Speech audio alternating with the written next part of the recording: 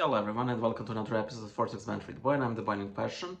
And today we will discuss something I like to call Orthodox Christian convert hive mind. So what is Orthodox Christian convert hive mind?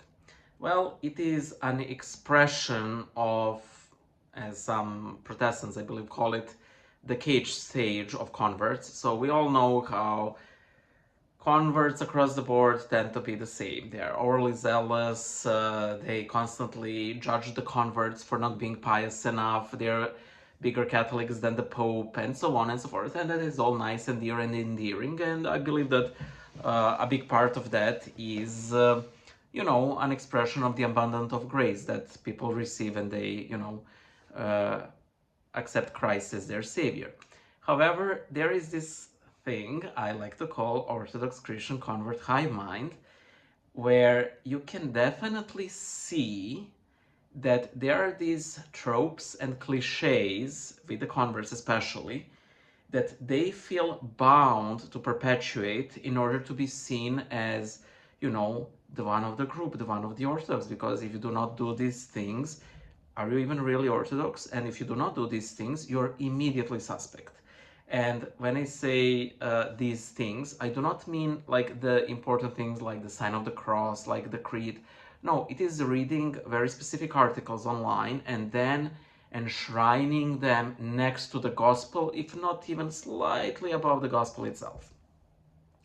I will give you a couple of examples here, and please feel welcome to provide any or all that you get the ideas. Okay, so let us say that there is a young convert and he sees someone mentioning Saint Francis. The young convert will immediately go, he was under prelates, he was deceived, he is not a saint, you can't pray to Catholic saints, even though nobody really advocated for it, but you can't call him a saint. And why does our prospective convert do this? Well, because he read that article on comparing Francis of Assisi with Saint Seraphim of Sorrow, and now when he has this Pavlov's reflex that whenever he sees St. Francis, he needs to go on this mini online crusade in order to showcase how Francis was not a saint, and so on and so forth. So he immediately goes, he was deceived, he was under prelates, he was under demonic deception, yada yada yada, and all that stuff. Even though that is only one article, and for example, we recently had a very gifted painter saint, Orthodox, who painted Francis in a fresco in a church where they're surrounding the holy table, so there are different opinions, okay. Art is also a big one. Immediately when somebody converts, they need to start hating on Western art and admiring our iconography. Admiring our iconography is fine, but they immediately start, hating on Western religious art, and there are valid criticisms of it, but they all start saying, oh, it looks very flashy, so A-S-H-I-Y, it's not like our iconography, which is this and that, and so on and so forth. Third example, I'm really not trying to put down this person. I understand why they're doing this, but they posted a picture of Sagrada Familia church. I don't think it's a cathedral, at least as of yet, from Barcelona. And they were showing the portal from the nativity side. And he was like, is it just me, or is this looks like a termite mound, implying that it's ugly? And listen, as the whole thing goes, it's not, proper to discuss tastes, but, again, I find it a bit telling that a new convert posted this, because, of course, he has to hate on Sagrada Familia.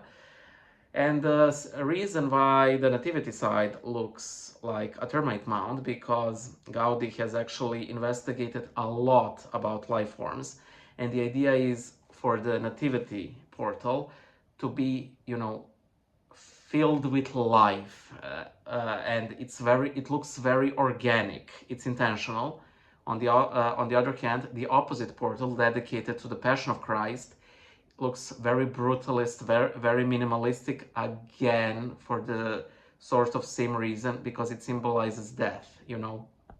And I think there is something absolutely beautiful there, and I love Sagrada Familia. And I understand if somebody doesn't like it, it's fine.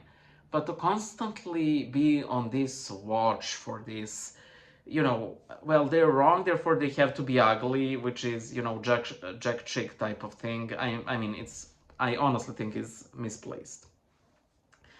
The fourth example, and again, this is something I think a lot of you will find very relatable.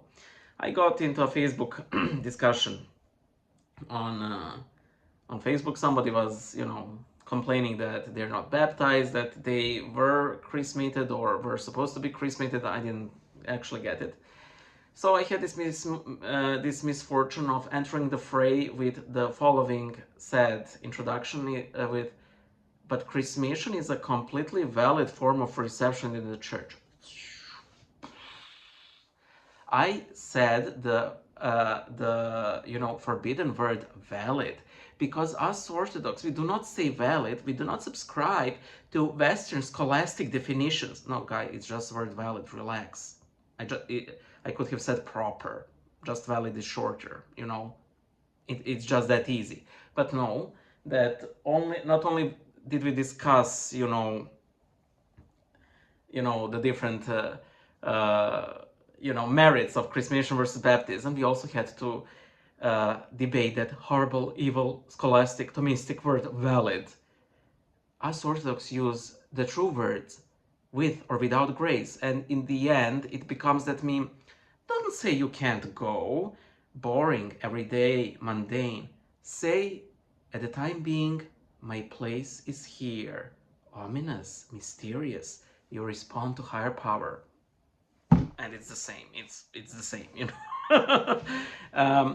There are a lot of these little mini hive mind manifestations.